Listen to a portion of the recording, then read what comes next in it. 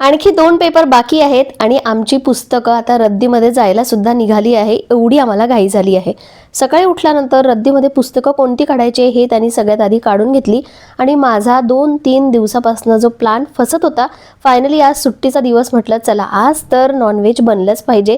तर मस्तपैकी मसाला तयार केला, त्यात ही घरी बनवलेली आलं लसूण पेस्ट घातली, मसाल्यामध्ये मस्त चिकन कोट केलं, थोडंसं तसंच शिजवून घेतलं आणि त्यानंतर पाणी घातलं. आज ॲक्च्युली कंटाळा आला होता म्हणून मी ना कुकरमध्ये चिकन आज शिजवलं, अदरवाईज मी नॉर्मल पातेल्यामध्ये चिकन बनवते.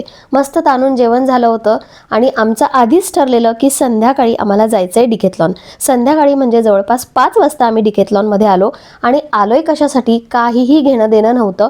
फक्त रियांशला फन मस्ती करायची होती. त्याला गिअर सायकल, इलेक्ट्रिक सायकल हे सगळं बघायचं होतं, त्याच्या प्राईस बघायच्या होत्या आणि सध्या त्याचं चालू आहे की त्याला बर्थडे गिफ्ट म्हणून गिअरवाली सायकल पाहिजे आहे.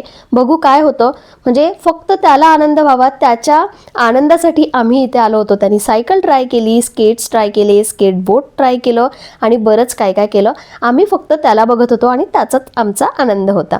त्यांनी मस्त एन्जॉय केल्यानंतर आम्ही थोडंसं टाईमपास म्हणून मी असं काहीतरी केलं. अश्विननी फुटबॉल आणि बॅटबॉल दोघं जण खेळत बसले. असा खूप वेळ टाईमपास केल्यानंतर काहीच घेतलं नव्हतं. म्हटलं चला शेवटी काउंटरला जिथे बिलिंग होतं तिथे हे ॲक्च्युली ज्यूस आहेत, हेल्दी ज्यूस असं म्हणतात बट आय डोंट नो. तिथून निघालो, मस्त चहा घेतला आणि रात्रीच्या ना अचानक घरी पाहुणे येणार होते. आता ही विदर्भातलेच पाहुणे आहे जे आल्यावर म्हणतील की आज आम्हाला बेसन आणि चपात्या खायच्या आहे. मस्तपैकी पटकन बेसन चपाती बनवली आणि म्हटलं काहीतरी गोड झालं पाहिजे म्हणून 2 प्रकारच्या आईस्क्रीम आणल्या. चला आता सगळं आवडते आणि व्हिडिओही इथेच एंड करते. बाय.